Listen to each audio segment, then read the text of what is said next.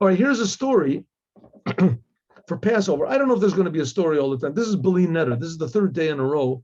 It says if you do something 3 times in a row, it becomes what's called a chazaka. It's like a set thing. You're expected to do it more. So don't expect me to do it more. I'm not doing this in some sort of a vow this is not going to be a permanent thing, but it's going to be a thing. Here we go. Passover story. I heard different details of the story, but I'll tell in general. After the Iron Curtain fell, that was like in 1990, I think it was. Tafshin Nun, 1990, 91. Anyway, so the Iron Curtain fell, and Gorbachev, he just said, okay, no more communism, and that's it. I guess they dissolved the Communist Party, and they opened up the borders, and things became sort of capitalist, whatever. In any case, one of the big advantages of this whole business is that a lot of Jews got out, but also a lot of Chabad got in. There were a lot of Jews in Russia. The Rebbe once said that it could be that there's more Jews in Russia than all of the world put together. Because it says, Kasher Yanu Otam Ken Yirbo Ken Yifrutz, the more the Jews are subjugated and tortured and put into distress, as the more they multiply. And there's no place that the Jews have been tortured continually more than Russia. Russia was always bad for the Jews in Russia, always. In Poland and Germany, there was times it was wonderful for the Jews. In Russia, there was a Vada, Arba, Artsot, and things. The Jews had even a certain autonomy. In Russia, never. The Russians weren't as bad anti-Semites as like the Ukrainians or the Polish, whatever, but they were definitely anti-Semite. And it was always bad for the Jews in Russia. Okay, when communism fell, so it could be that so there could be there's more Jews in Russia than all the world. When communism fell, so Chabad started pouring in to Russia and try to discover who these Jews are and wake Jews up. There were Jews that they were sure, there were people that were sure they weren't Jewish, and their father was sure he wasn't Jewish, but his grandfather said, my mother was Jewish, and I married a Jewish woman. Right? And so it comes out that there's thousands, hundreds of thousands of Jews, maybe even millions, that they're Jews and they don't know that they're Jews. Okay, but in any case, there's a lot of Jews that do know that they're Jews, but they don't even know what it means. They don't know what it means. They're not even circumcised. They know that they're Jews.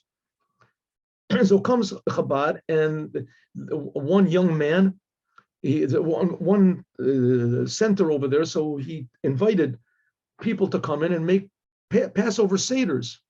Someone gave a lot of money, whatever it is, and so they could make Passover Seders in all these different places. At that time in Russia, the ruble was like worth very, very, little.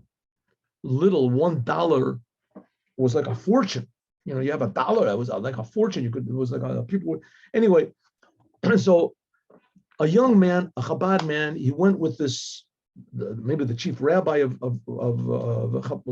Chabad over there, Rabbi Lazar. I don't know the details, but anyway, one rabbi that had been there in Russia took younger rabbis and distributed them among different places.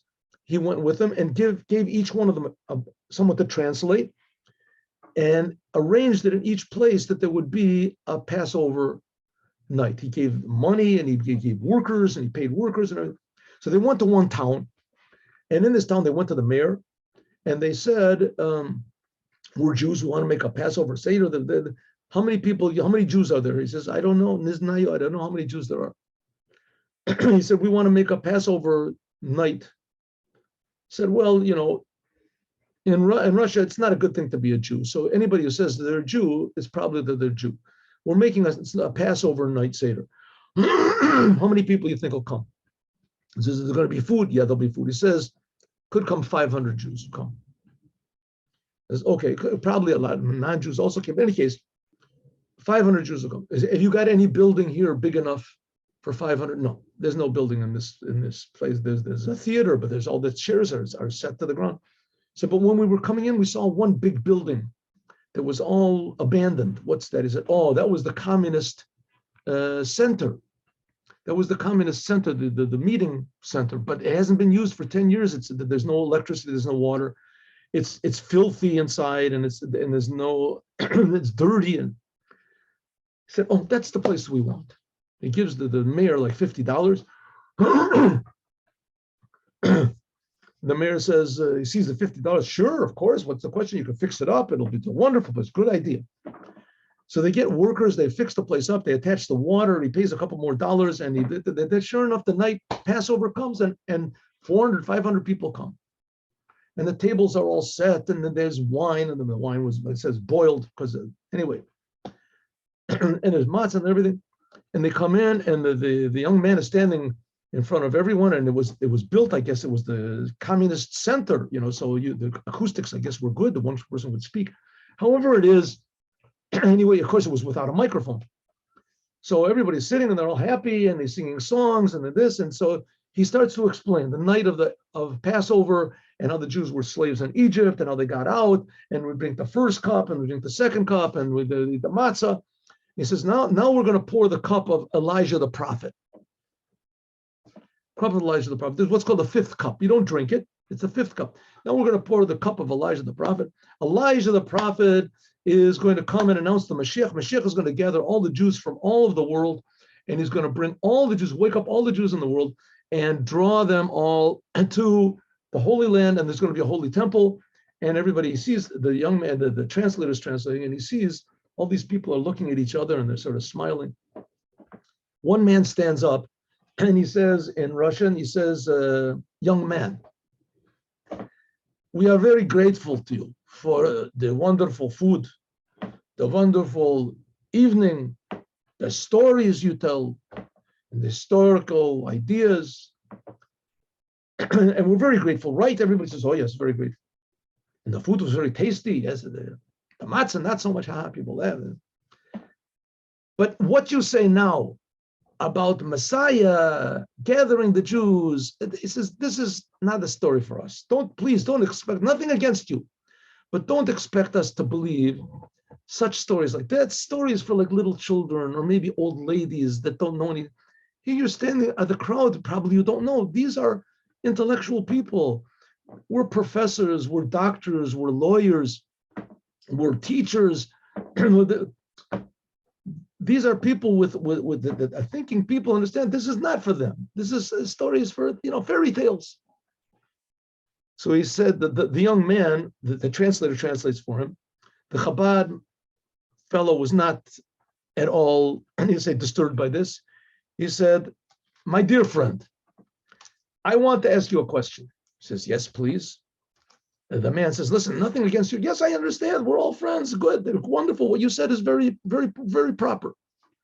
I want to ask you a question. He said, tell me, do you know what communism is?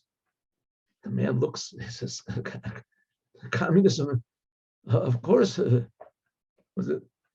Was communism here 20 years ago? He says, what? Of course it was communism. It was here. Everything was communism. We ate communism. We breathed communism.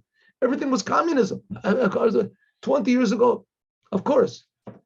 He said, tell me, my friend, if 20 years ago, someone would tell you that in the communist center, that there would be a Passover night and people would make blessings and thank God, Jews would come together, would you believe it 20 years ago? Think. He says, bravo, bravo. Who would dream that communism would fall? Who would dream that the Jewish people would wake up in communist Russia? Who would dream that the people would say blessings at all, especially in the communist headquarters, the communist center? If that could happen, then for sure Mashiach can gather all the Jews from all the world and bring them to the Holy Land, transform the whole world to a good, holy, blessed place with the awareness of the creator of the universe. Have a good day with Mashiach now. Thank you very much. See you at 3 o'clock. 3 o'clock, there will be a class. Beautiful story. Thank you so much.